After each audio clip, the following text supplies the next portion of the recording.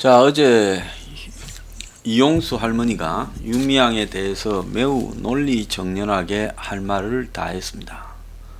자, 여러 가지 해유 또 압박 등이 있었을 건데, 과거에 보면 젊은 사람도 그런데 압박에 버티지 못하고 무너졌는데, 이용수 할머니는 그래도 할 말을 다 했다고 생각을 합니다. 그래서 이 정의연 그리고 정대여, 윤미향에 대해서 일목요연하게 할머니들을 어떻게 끌고 다니면서 센세이셔널하게 만들어서 한마디로 이 앙코처럼, 그 만두의 앙코처럼 빼먹었는가. 그래서 이용수 할머니는 윤미향을 한마디로 만두 장사로 만들었습니다. 자, 그리고 한일 간의 새로운 관계 정립에 대한 과거사의 역할 부분까지도 제대로 이야기를 다 했어요. 자, 윤미향은 이용수 할머니 기자회견이 있고 난 이후에 지금 기자회견에는 당연히 불참을 했고 완전 잠적한 상태라고 지금 이렇게 이야기가 나오고 있습니다.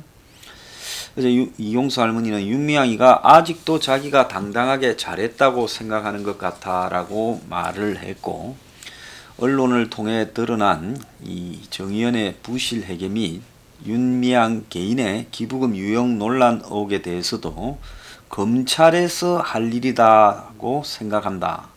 두 번 다시 이런 일이 없도록 윤미향이 벌을 받아야 된다. 이렇게 말을 함으로써 검찰이 수사해서 윤미향을 처벌해 달라고 사실상 이렇게 이야기를 했습니다. 자, 그리고 윤미향은 어제 이 기자회견을 지원한 대구 정신대 할머니와 함께하는 시민 모임 관계자에게도 참석 여부 연락을 이렇게 하지 않았고, 그리고 참석 여부를 묻는 여러 기자들의 질문에도 끝내 답하지 않았다고 합니다. 그리고 윤미향은 지난 18일 이 인터뷰, CBS 인터뷰 이후에는 일제 나타나고 있지 않는데요. 지금 검찰의 서울 서부지검 형사 4부에서 20일, 21일 이틀에 걸쳐서 마포 정의연 사무실, 전쟁과 여성인권박물관, 위안부 피해자 할머니 쉼터, 평화의 우리집 이 세 군데를 압수수색을 했고요. 그래서 윤미향의 임기가 이제 5월 30일, 오늘이 5월 26일인데 나흘 뒤에 시작되는 만큼 지금 검찰이 속도를 지금 내고 있습니다. 불체포 특권을 갖다가 행사하기 전에 빨리 조사를 해서 지금 윤미향을 처리하려고 하는데요. 자, 곽상도 의원이 윤미향이가 1992년에 정신대 할머니 국민운동본부에 모금을 시작한 이래 95년부터 2017년까지 5채의 집을 샀는데 전부 현금을 주고 샀다라고 이야기를 했습니다. 자, 집을 살 때 은행에 빚을 내지 않고 전부 현금을 주고 산다라는 것은, 이거는 운동권 부부인 이 두 부부가 이런 일을 하기에는 굉장히 지금 이례적이죠. 특히 2012년에 수원 건곡동의 아파트 등기부 등본을 떼보니까 경매 받은 건데, 경매 비용은 한 방에 해금으로 내야 되는데, 윤미향이가 자녀 해외 유학비를 자기 돈으로 또 부담했다고 했는데, 이 사람들은 어떻게 이렇게 많은 현금이 있을 수 있느냐라는 문제 제기를 했습니다. 그래서 이 현금들이 그간의 기부금과 연관이 있는 것 아니냐, 이런 이제 의혹이 당연히 등장하고 있는 겁니다. 자, 윤미향은 지금 검찰 수사에 대비하고 있는 걸로 보이는데요. 자, 검찰은 그러면 윤미향을 어떻게 처리하려고 하느냐. 그래서 검찰은 지금 속도를 굉장히 빨리 내면서 주말에도 지금 계속 수사를 했다고 합니다. 그래서 30일 전에 검찰이 어떤 행태로든 이 사태에 대한 입장을 공개적으로 이렇게 밝히려고 할 거라 보는데요. 서울 서부지검 형사4부 최지석 부장검사 사무실에는 주말에도 다 출근해 압수수색을 통해 확보한 자료와 윤미향의 금융 계좌 등을 다 분석했다고 합니다. 그래서 이 정대협과 정의연에서의 모금 관련 회계 의혹, 그리고 윤미향 개인 계좌에 그걸로 모금을 했다지 않습니까?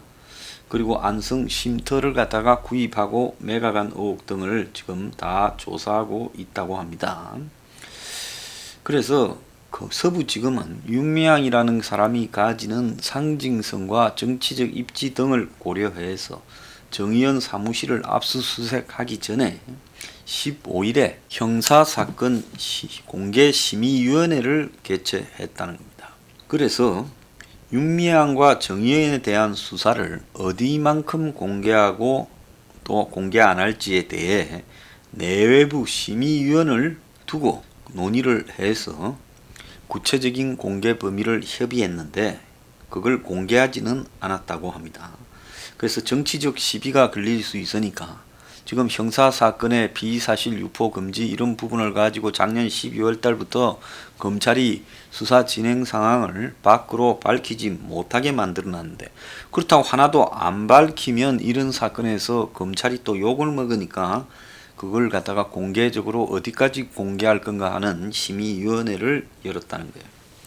또 검찰은 20일과 21일 압수수색을 통해 정의연과 정대협의 지금 후원금, 정부 보조금 자료를 확보했다는 겁니다.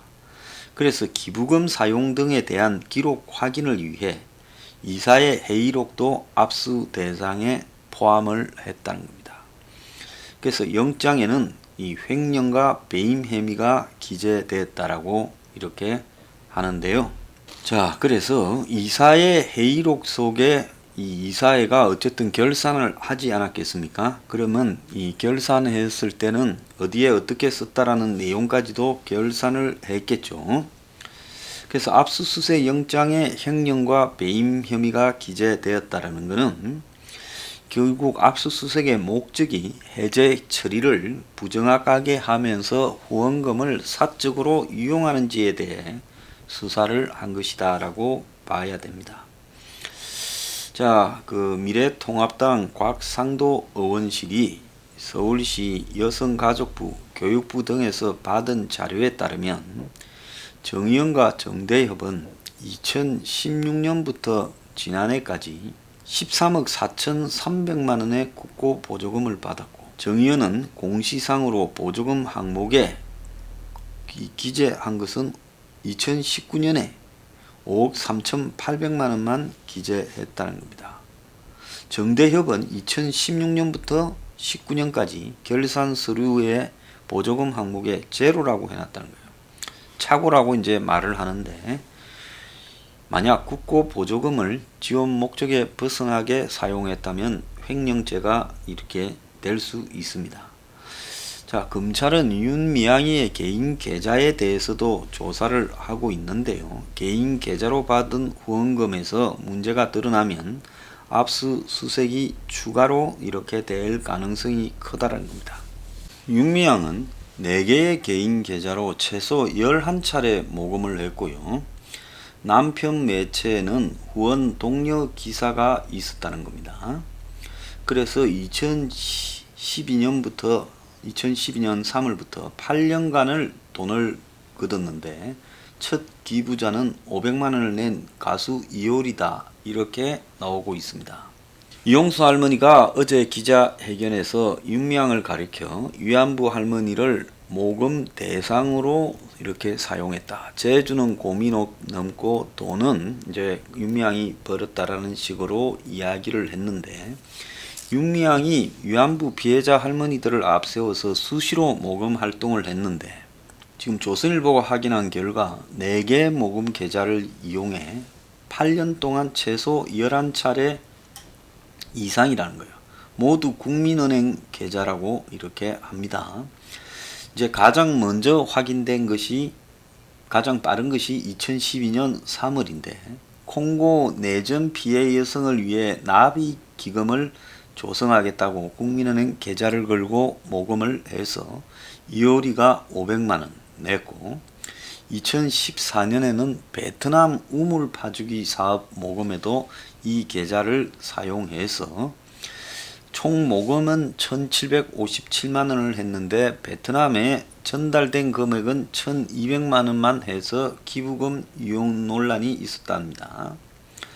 또 위안부 할머니를 해외 행사에 동원할 때도 개인 계좌로 후원금을 거뒀는데 2014년 6월에 기론옥 할머니를 유럽에 데리고 갈 때 그 국민은행의 두 번째 계좌 개인 계좌를 통해서 2014-15년에는 길할머니와 김복동 할머니를 해외 데리고 갈 때는 3번 계좌로 작년 1월 달에는 김복동 할머니가 벨세했을 때는 4번 계좌로 조의금을 모았고 정의연은 조의금과 별도로 만원씩 이상을 기부하는 후원자에게 김복동 할머니 장례 유언을 줬는데 이것도 4번 계좌로 받았다는 겁니다.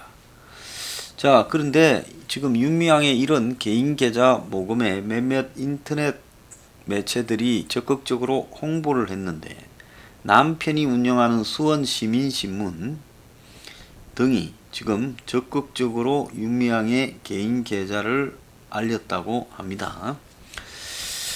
그래서 윤미향 남편도 자기 부인 윤미향 개인 계좌로 모금 홍보를 한 이후로 김삼석이가 이 사법시험준비생 모임을 통해 이렇게 지금 고발을 당했어요. 사문서 위조 및 행사, 업무방해, 기부금품법 위반, 업무상 횡령 혐의로 서울 서부지검에 고발됐다고 합니다. 자, 그래서 이 남편 김씨가 2015년 9월 정대협의 유럽 캠페인 소식을 다룬 기사를 쓰면서 아내 윤미향 명의로 개인 계좌로 모금을 갖다가 하도록 기재해서 수원시민의 신문에 윤미향과 공범 관계였다. 그러면서 김삼석이 실제 존재하지 않는 기자 명의로 기사를 쓴 뒤 지명과 인터넷에 게시해서 사문서를 위조하고 그리고 그걸 갖다가 이제 실어주는 포털 사이트 네이버 같은 데에 업무를 방해했다. 이런 문제까지 들어있어요. 그래서 김삼석이가 마치 회사에 기자가 있는 양 이 기사를 썼다라는 게 이 고발 내용입니다. 자, 그리고 정의연의 회계 감사를 맡고 있는 회계사도 업무상 횡령, 사기, 보조금 관리에 대한 법률 위반으로 고발을 당했습니다. 그래서 이 사람이 제대로 회계를 이렇게 감사를 안 해서 이런 일이 벌어졌다. 지금 이렇게 지적을 하고 있습니다. 자, 지금 여성단체 연합 등 이 한국의 대표적인 좌파 여성단체가 지금 정의연의 후원금 유용 횡령 의혹은 입을 다물고 조계종에서 하는 나눔의 집에 대해서는 규명을 해야 된다. 정의연은 오히려 옹호하고 있다는 겁니다. 정의연이 회계 부정을 저질렀는데도 여성연합은 3차례나 옹호했다고 합니다. 한명숙이가 여성단체 연합 공동대표하다가 99년에 새천년 민주당 창당위원으로 이렇게 들어와서 저렇게 큰 거지요. 그러니까 한명숙도 여성단체 연합 이 공동대표 출신입니다. 그런데 이런 어떤 여용 관제 단체뿐 아니라 한명숙 판결을 뒤집으라고 지금 여권이 지금 난린데요. 검찰을 압박하는데요. KBS, MBC, YTN 등 시사 프로가 총동원되어서 뉴스타파 기자 등을 갖다가 출연시켜서 한명숙이 판결이 잘못됐다고 지금 떠들어대고 있습니다. 그래서 지금 관제 의용 언론들이 지금 윤미향을 옹호하고 또 정권의 입장에 서서 한명숙을 옹호하고 또 한명숙이 나왔던 여성연합 같은 데는 정의연을 옹호하는 자기들끼리의 철저한 의용 관변 언론과 단체 역할을 지금 수행하고 있습니다. 제가 어제도 이야기했지만은 한겨레가 지금 윤석열 총장을 지난번 조국 사태의 와중에서 이제 윤중천이하고 이 별장에 가가지고 마치 접대를 받았냐 보도를 했다가 며칠 전에 사과문을 1, 2면에 썼지 않습니까? 한겨레 창피하지 않습니까? 사과문을 쓸 일이 아니라 폐간을 해야지요. 그 정도 되면요. 자, 지난번에 조국 사태 와중에서 윤 총장이 이 조국이나 울산 사건 등을 수사하니까 엿먹이기 위해서 한겨레가 지금 윤 총장이 접대받았다고 이렇게 보도를 했고, 그랬다가 이제 와가지고 이제 지난 22일 날 일면에 사과를 한다고 이렇게 보도를 했습니다. 그때 이제 윤 총장이 한겨레 기자 등을 고소했을 때 사과하면 치하하겠다 했는데, 자, 사람을 망신은 망신대로 다 시켜놓고 이제 와가지고 이제 치하 언제 하냐 이런 식으로 하고 있는데요. 자, 윤 총장이 지금 한겨레만 사과문을 실은 게 아니라 장모 의혹에 대해서도 지금 1심에서 민사소송에서 장모가 은행 잔고 증명서를 지금 위조했다라는 의혹으로 민사소송이 21일 날 있었는데, 이 서울중앙지법 민사합의 30부에서는 이 사업가가 이 장모를 상대로 18억 3,500만 원을 돌려달라고 제기한 소송에서 장모의 손을 들어주었습니다. 자, 재판부는 이 윤 총장의 장모가 자신의 허위 증명서가 돈을 빌리는데 사용되리라는 것을 알았다고 보기는 어렵다라면서 돈을 빌려주기 전에 최 씨에게 실제 그런 돈이 있는지 해볼 수 있었음에도 확인하지 않았다면서 잔고 증명서 때문에 이 사업가 임씨가 피해를 입었다라는 게 허임이 확인됐다. 잔고 증명서가 안 씨의 거짓말에 속아 작성됐다라는 것도 판명됐다. 이래서 장모의 잘못이 없다라고 지금 손을 들었습니다. 그래서 지금 이런 짓거리들을 하고 있습니다. 좌파 단체들이나 또 이 정권의 의용 언론들이요. 그래서 지금 이들이 윤미향을 전부 비호해 오다가 또 한명숙을 이렇게 마치 죄가 없는데 뒤집어 쓴 것처럼 하고 있고, 또 윤석열 총장을 음해하다가 이제 이 모든 것이 드러날 상황에 지금 처해져 있습니다. 자, 더 이상 이런 관변 의용 활동을 하는 단체나 언론은 이제 문을 닫아야 된다 보고 있고요. 자, 마지막으로 윤미향의 안성 쉼터와 관련해서도 이것도 지금 검찰이 처벌 대상으로 지금 삼고 있다, 이런 말씀 드리겠습니다. 자, 그래서 지금 이거는 이미 성부가 났다고 보고요. 윤미향은 국회의원 해먹지는 못할 거라고 보고 있습니다.